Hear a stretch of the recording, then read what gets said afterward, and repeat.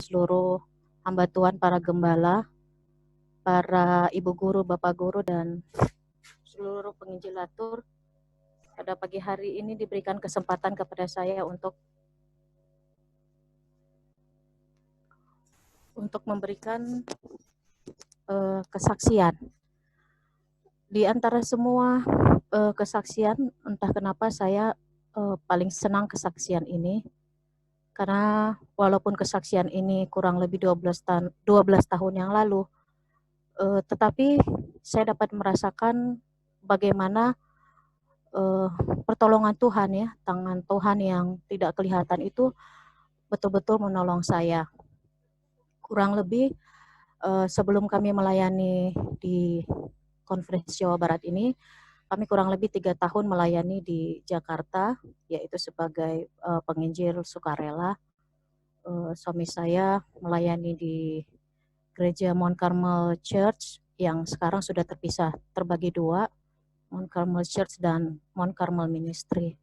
Dan saya pada saat itu bekerja di sebuah rumah sakit, yang rumah sakit sangat kecil, dan untuk mencari tambahan, saya bekerja juga kurang lebih seminggu itu ada 2 atau 3 kali di sebuah klinik di Jawa Barat. Jadi satu di Jawa Timur, satu di Jakarta Timur, satu di Jakarta Barat. Nah, pada satu kali pada saat saya melayani, pada saat di Bangsal, ada pasien yang mengalami kecelakaan. Kakinya yang sebelah kanan itu betul-betul hancur lah ya, ribet pengerjaannya. Dan saat itu belum ada sistem BPJS yang bisa mengcover ataupun bisa bayar selisih bayar. Dan itu adalah rumah sakit swasta yang punya owner seperti itu. Dan itu adalah di Jakarta. Dan saat itu posisinya rumah sakit tersebut kalau mau dioperasi harus memasukkan uang deposit.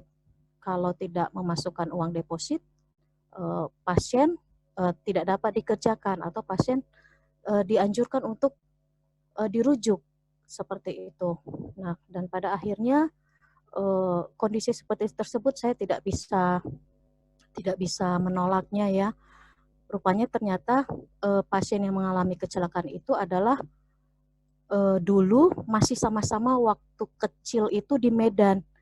Jadi saya ingat sekali kita sama-sama waktu kecil di Medan, sekolah di Veteran. Setelah lama nggak ketemu di Jakarta, akhirnya saya tahu dia mengalami kecelakaan. Dan itu operasinya perdarahannya aktif dan harus segera dikerjakan.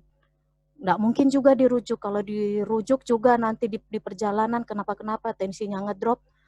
Kalau dirujuk juga rumah sakit di sana belum tentu bisa menerima kalau tidak ada uang deposit yang mereka masukkan. Dan akhirnya saat itu saya langsung spontanitas saya menjamin pasien tersebut, yang teman saya tersebut, saya katakan tolong langsung dikerjakan, saya yang menjaminnya agar nyawanya bisa tertolong dan bisa dikerjakan. Dan puji Tuhan akhirnya operasi itu sudah selesai dan saya lihat memang ribet. Bayangin sampai pasang pennya itu harus pasang pennya di luar, tidak di dalam posisinya karena sudah ya patahnya sudah terlalu banyak, tidak bisa lagi dipasang di dalam, jadi dipasang di luar. Nah, sebelum akhirnya pasien tersebut pulang, ternyata ada beberapa jumlah uang yang harus mereka lunasi seperti itu.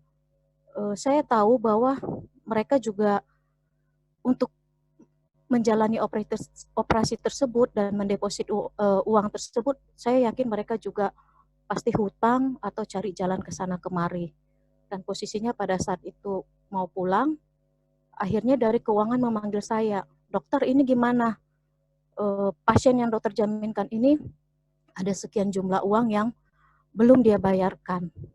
Kalau tidak dibayarkan ini pasien tidak bisa pulang saat itu. Nah akhirnya, waduh, saya pikir juga ini kasihan karena setelah operasi juga dia harus kontrol-kontrol lagi, kemudian pada saat nanti operasi dia juga harus ada operasi kedua, mungkin ada operasi ketiga, mungkin fisioterapi dan lain-lainnya, pemulihannya itu nggak bisa cepat dan masih membutuhkan biaya. Dan akhirnya saat itu saya berani menjaminkan ya sudah, saya yang menjaminkannya, kemudian potong aja gaji saya bilang begitu, agar pasien ini bisa pulang. Dan akhirnya pasien tersebut, teman saya itu akhirnya bisa pulang dan memang mereka mengucapkan terima kasih kepada saya.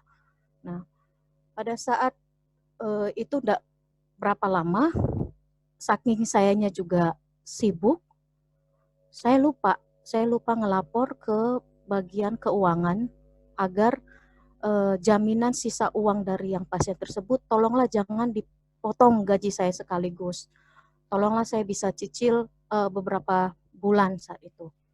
Tetapi saya juga sibuk, saya juga lupa, dan saat itu memang kondisi wadir keuangannya itu orangnya sangat tegas ya. Namanya juga keuangan, kita sama-sama mengerti orang keuangan harus memiliki catatan laporan keuangan yang baik. Dan memang saya juga mengerti rumah sakit tidak boleh rugi karena banyak karyawan yang harus mereka hidupi. Dan saat itu saya juga nggak berani tiba-tiba ngomong kepada wadir keuangan karena saat itu saya pernah juga menolong pasien yang batuk-batuk darah, ya dehidrasi berat, tensinya berat. Kalau dirujuk ya mungkin di perjalanan bisa meninggal. Dan akhirnya saya tolong, saya masukkan rawat inap, padahal pasien tersebut berjanji nanti ada tuannya, karena dia seorang pembantu, ada tuannya nanti yang akan menjamin dia untuk dirawat. Tapi ternyata setelah orang keuangan menghubungin, yang yang tuannya juga nggak mau menjaminnya. Tetapi saya lupa waktu itu, saat itu bagaimana akhirnya solusi dari pasien yang saya tolong itu. Nah, pada saat itu juga kondisi pada saat saya menolong pasien tersebut, saya juga dapat teguran dari wadir keuangan. Kenapa itu Dr. Herlinda berani memasukkan pasien sementara penjaminnya tidak ada? Dan saat itu puji Tuhan banyak dokter-dokter yang membela saya. Mereka katakan kita sebagai seorang dokter harus menolong kondisi pasien, apalagi kondisi pasien pada saat itu kondisi kritis. Kita tidak membicarakan masalah uang. Yang penting dari sumpah kedokteran harus menolong pasien-pasien yang betul-betul pertolongan. Dan akhirnya saya dibela saat itu, dan mungkin SK atau SP1 atau SP2 tidak dijalankan saat itu. Jadi akhirnya saya juga waktu itu juga sibuk dan karena ada masalah itu saya pikir, aduh ya sudahlah, saya enggak usahlah saya melapor ke wadir keuangan karena pernah ada masalah juga dalam hal seperti itu. Akhirnya saya pikir ya sudahlah, saya terima gaji waktu itu tinggal 1 bulan itu 1 juta. Dan suami saya Pendeta Jimmy, dia sebagai penginjil sukarela itu gajinya sekitar 1,2, dan gaji suami saya saat itu hanyalah cukup untuk uang transport kami, pelayanan kami. Sementara untuk makan dan lain-lain dan kebutuhan kami mengandalkan gaji saya. Saya pikir saat itu, ya sudahlah, kalau gaji saya tinggal 1 juta, saya ada kerja sampingan di klinik yang kurang lebih 2-3 kali dalam seminggu. Dan pengalaman-pengalaman sebelumnya, saya merasakan Tuhan itu betul-betul mengasihi kami. Kalau kami sangat betul-betul membutuhkan biaya, biasa itu pasien itu dikasih banyak di klinik itu dan bisa tertutupi segala kebutuhan.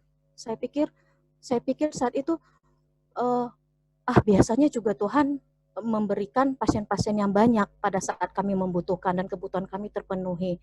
Tidak apa-apalah gaji saya dari rumah sakit yang tinggal segini, toh saya juga ada kerja sampingan yang ada kerja di klinik. Tetapi Bapak Ibu sekalian, yang terjadi adalah malah sebaliknya. Gaji saya yang sudah kepotong 1 juta, kemudian saya di kerja klinik, malah pasiennya ngepas-ngepas, dan saya hanya karena sistem gajinya itu setiap kali jaga bawa pulang, setiap kali jaga bawa pulang. Malah jadi pas-pas, malah pasiennya nggak ada. Jadi kadang-kadang cuma habis di ongkos doang, saya pergi, saya balik, ya paling cuma sisa-sisa 50.000. Di situ saya merasakan, Tuhan, kenapa seperti ini? Yang lalu-lalu Tuhan, ya itu kekurangan saya waktu itu. Saya coba membaca jalannya Tuhan. Saya waktu itu kalau ada perlu apa-apa, saya gak berdoa, kadang-kadang Tuhan langsung tahu, Tuhan langsung kirimkan pasien banyak sehingga saya juga mendapatkan insentif yang banyak. Tapi pada saat ini, kenapa pada saat saya harus menjamin pasien teman saya dan gaji saya berkurang habis-habisan, tapi kenapa kenyataannya malah seperti Tuhan itu diem, malah Tuhan itu nggak lihat kondisi saya seperti itu. Dan saya saat itu betul-betul stres sekali, karena itu adalah hidup di Jakarta, kemudian pernikahan kami kurang lebih jalan setahun lebih ya, adaptasi dengan situasi baru menikah, tinggal di Jakarta, dan situasi yang kami berdua juga bukan pegawai tetap saat itu, saya dan suami saya bukan pegawai yang tetap. Dan akhirnya pada satu hari, betul-betul duit saya memang tidak ada sama sekali. Duit saya tinggal 20.000 saat itu. Saya stres sekali saat itu. Akhirnya saya bilang sama suami saya, ini duit kita tinggal 20.000. Saat itu posisi saya mau dinas malam. Duit saya tinggal 20.000, ini kita bagaimana? Saya bilang sama suami saya, kenapa ya Tuhan nggak bantu kita? Lalu suami saya katakan, udah tenang aja, nanti Tuhan buka jalan kok. Terus mohon maaf Bapak Ibu sekalian, saya nggak bisa menahan amarah saya ke suami saya. Saya bilang ke suami saya, kok kamu bisa tenang-tenang ya? Kita nggak ada duit, terus kamu bisa tenang-tenang, bisa senyum-senyum. Ini sementara duit tinggal 20.000. Tenang aja, nanti Tuhan pasti buka jalan. Lalu saya bilang sama suami saya, awas ya, kalau Tuhan nggak buka jalan. Saya bilang saat itu, saya emosi dan saya tidak dapat mengendalikan diri saya saat itu. Dan saat itu memang setelah saya ingat-ingat kesaksian ini, kenapa ya waktu itu enggak telepon orang tua, minta bantuan atau seperti apa. Tetapi pada saat itu tidak kami lakukan, karena kami memiliki prinsip, kalau kita sudah berumah tangga, kita harus mampu berdiri pada kaki kita sendiri. Dan kami selama 3 tahun waktu mengalami perjuangan di Jakarta, kami tidak pernah meminta sekalipun uang ataupun meminjam uang kepada orang tua, baik dari pihak saya maupun dari pihak suami saya, seperti itu. Dan saat itu juga kami tidak meminjam, tidak berusaha berbicara kepada jemaat kami, walaupun saat itu posisi jemaat kami adalah jemaat yang mampu. Kenapa saya tidak lakukan itu? Ya, karena saya mengerti pengeluaran jemaat yang sistem mereka mensponsori ada 3 pendeta praintran atau PS saat itu, dan saya mengerti pengeluaran mereka. Dan saya juga itu nggak saya lakukan, kenapa? Saya malu. Apa betul sih, masa dokter nggak ada duitnya? Saya harus pinjam duit, saya jadi seperti mempermalukan diri saya dan mempermalukan hamba Tuhan, seperti itu. Dan itu tidak kami lakukan. Dan saya bertahan dengan duit 20.000, akhirnya saya dinas malam. Dan pada saat dinas malam tersebut, saya bekerja di emergency, dan akhirnya saya menerima pasien, ada seorang pasien yang dapat appendicitis akut, ya usus buntu. Kemudian saya kasih kepada seorang dokter bedah. Nah, besok paginya, dokter bedah itu panggil saya, Herlina, kamu tolong ya ke ruangan saya. Saya deg-degan, aduh, apalagi nih Tuhan, apakah ada yang salah saya buat penanganan saya di emergensi kepada pasien ini? Aduh, saya sudah stres, ini sudah duit enggak ada, ini dipanggil lagi pada pagi harinya. Akhirnya saya menjumpai dokter bedah tersebut. Saya duduk, dokter selamat pagi. dokter ini saya udah datang, kira-kira ada apa ya, apakah ada yang salah dalam penanganan saya di emergensi? Saya katakan kepada dokter bedah tersebut. Dan dokter bedah itu bilang gini, oh enggak Herlina. Ini saya tiba-tiba kepengen kasih uang sama kamu. Katanya gitu. Saya langsung lega, aduh Tuhan, berarti nggak ada yang salah penanganan sama saya. Terus dia kasih uang. Waktu itu saya ingat dia cuma kasih uang 100.000 kepada saya. Dan memang itu praktek tersebut tidak pernah dilakukan sebelumnya, dan sebelumnya juga memang saya nggak pernah menerima uang, dan dokter itu juga kalau saya kasih pasien nggak pernah ngasih uang apapun buat saya. Waktu dia kasih uang 100.000, aduh saya sudah nggak gengsi lagi, sudah nggak malu-malu lagi, karena memang saya membutuhkan uang itu. Saya bilang, aduh dokter, terima kasih ya. Saya kira ada yang salah dalam penanganan pasien tersebut. Terima kasih ya dokter, dokter mau membantu saya. Dan saya terima uang 100.000 itu. Akhirnya begitu keluar dari ruangan dokter itu, saya langsung cepat-cepat telepon suami saya. Sayang, aku minta maaf ya. Saya bilang gitu, aku minta maaf. Ternyata betul apa yang kamu bilang. Tenang aja, Tuhan pasti buka jalan. Saya pada saat malam itu bekerja, emosi dan hanya ingin membuktikan betul nggak ya kata suami saya ini bahwa Tuhan buka jalan. Yang saya pikir jalan saat itu ya kalau nggak pinjam sama uang, kalau nggak kita meminjam uang sama seseorang, dari mana jalannya Tuhan itu bisa menolong saya. Ternyata saat itu Tuhan berikan pertolongan itu kepada saya walaupun tidak dalam jumlah uang yang besar, tetapi mampu mencukupi kebutuhan kami pada hari itu, karena beberapa hari kemudian saya juga harus melanjutkan bekerja di klinik tersebut.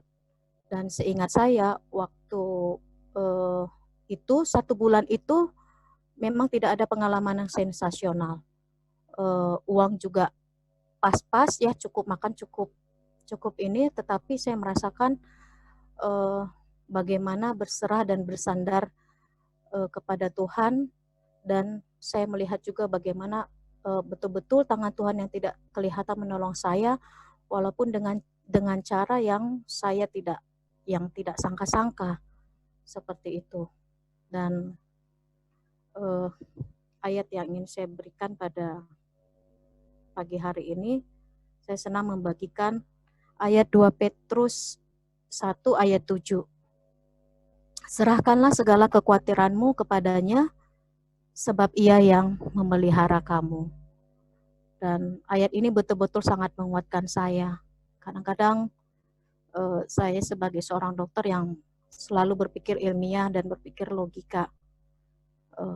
Dan sebagai seorang wanita itu biasanya alarm stresnya sensitif sekali. Dan kadang-kadang kalau sesuatu keuangan tidak berjalan sebagai semestinya, gampang stres.